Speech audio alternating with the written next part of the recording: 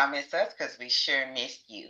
Look, watch, like, and subscribe to our channel at Sister Sis 1988, as well as follow us on all our social media platforms at Sister Sis 1988. We have got a wonderful show here for you today. But first, before we dive in, let me introduce ourselves. Jamie. I'm Latoya. And I'm Calandra. And today we have a beautiful, beautiful guest with us. Her name is Miss Nono Bakiti.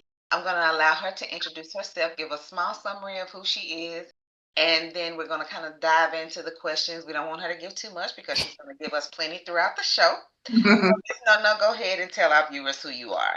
Awesome. Hi, my name is Nono Bukiti, and I wear multiple hats, but all of them are under the umbrella of transformation. I am the CEO of Data Sentinels and the Chief Ambassador of Transformation Leader, where we work to enhance future leaders to digitally apply and implement digital transformation in organizations, communities, for positive impact and sustainable change. All right. Welcome, Ms. Nono. Thank you, girls. Thank you. Yes. So please explain to our audience, what is a transformation leader?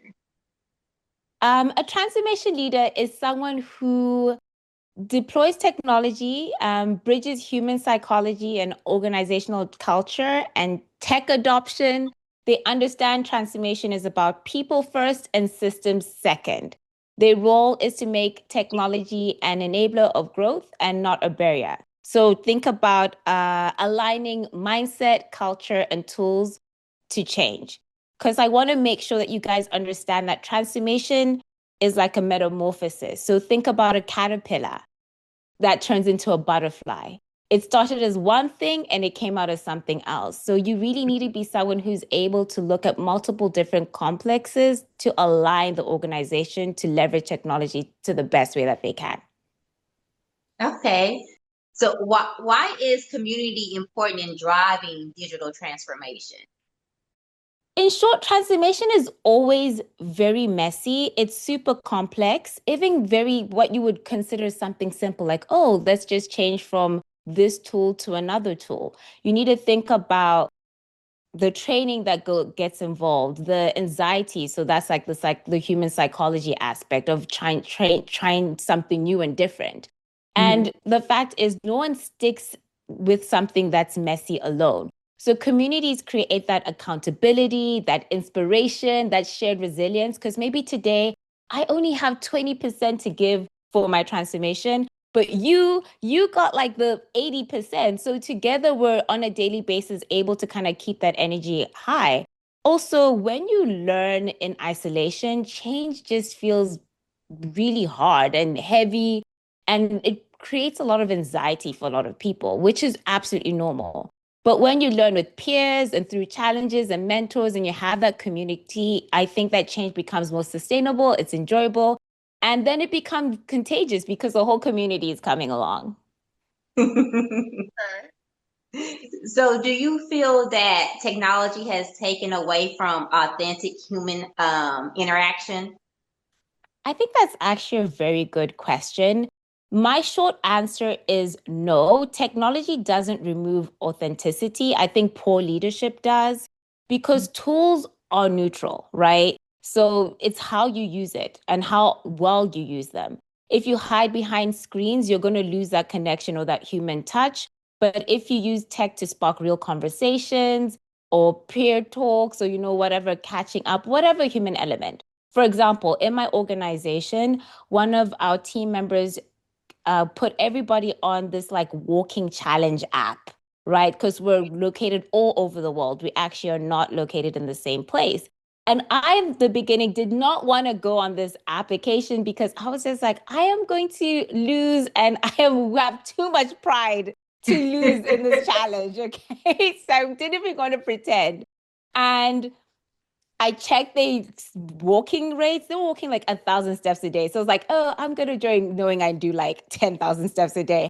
So now I'm there trolling everybody in my team, like, oh, you only did 2,000 steps today. I do 10.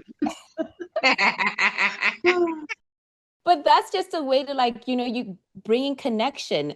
And that was bringing connection on people who are not physically co-located with them. So I think in that instance, technology actually brought a more authentic interaction and, some community. So I think, yeah, it just depends on how you use it. If you have poor leaders, then yes, definitely it makes it harder. But if you are very intentional about how you want to leverage technology, and that's the difference between a leader and a transformation leader. So, what are some strategic ways, that a digital community can contribute to innovation? Ah, so many. So first of all, I guess it depends on how you're setting up your digital community. If your digital community is focused on, I guess, like, ESG engagement, then you can go, for example, with Transformation Leader, the organization I'm the chief ambassador for. We have a goal to impact 1 million lives by 2026. So everybody that goes on our platform understands that every time that they're doing something to impact lives, they're actually helping us get to that 1 million lives. Whereas some of them use it to like capture business impact in their respective frames. So like, validate their savings and efficiencies and the transformations that they've impacted in their organization. But maybe you have something that's like more focused on things like, I want to know crowdfunding. We want to create money to basically do something to improve the school. That crowdsource funding, that's a digital transformation. That's a digital community, right? You're all over the world. Maybe you're helping someone get a operation for cancer, whatever that is. You're actually working together because of that. Other examples is I think it's really good for feedback. So if you're thinking about trying to implement some new tool, you can throw that in your digital community and people can actually give you straight on like this, yes, this makes sense. This doesn't make sense. I think you got the wrong idea here. So the multiple ways that you can actually leverage the whole concept of digital communities. And another thing is I think adoption of new tools and understanding of new tools might be faster because if the four of us are in a group, right? Just actually, let's not even go that far. You've had multiple conversations with many guests. And every time you have a conversation with a guest, you are learning something in your own digital community. So, but imagine if you guys just stayed, the three of you, never interacting with other people or only interacting with people in your specific communities, it would be slower. You wouldn't be learning as fast. You wouldn't be adopting and changing as quickly. So let me add on to that. When you say like digital communities, is that like widespread? That could be anybody with a podcast, anybody selling digital products, or is this just for people that are creating like some type of project management? Or is it all of the above? I think it's all of the above. So it's a community to me is a gathering of people. And then if it's digital, it's basically like online, basically, or on WhatsApp. So for example, maybe you're in WhatsApp groups. WhatsApp is it's like a messenger app. So if you have iMessage, a lot of people globally use WhatsApp online. So you can call. So for example, if you're in a WhatsApp group, that to me is a digital community. And it usually needs to have some sort of purpose. So a WhatsApp group with just your family is not really a digital community. It's just a WhatsApp group with your family, but you are leveraging technology to have an authentic relationship with people. But when I think about a digital community, there's some sort of purpose that you're trying to achieve, whether it's to spread inspiration like you guys, or whether it's to, inform people about how to implement digital transformation like the T4 leader guys. Whatever the case may be, I think that there needs to be some sort of purpose behind it. Got you. Okay, I got it. Okay, so which technologies have you found most impactful for building the vibrant, engaged communities? So I'm going to speak specifically for transformation leaders. So there's a gamified platform. So you get points, badges, a leadership board that allows you to see how well you're doing as you go through your journey to become a transformation practitioner. So basically someone who's able to implement digital transformation in your organization and industries. There's also the impact tracking tool that I told you about where someone can log in their impact. I did community service where I helped this person, which makes wins visible to everybody as well as measurable.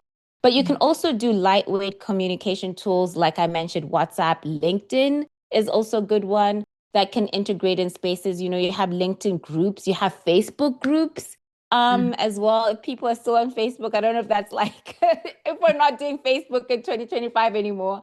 But the Facebook groups is also a place where you can actually do some communication. So that's what I've found quite helpful. And there are multiple organizations out there that are now really monetizing the the engagement of communities because they're seeing that a lot of people are feeling alone.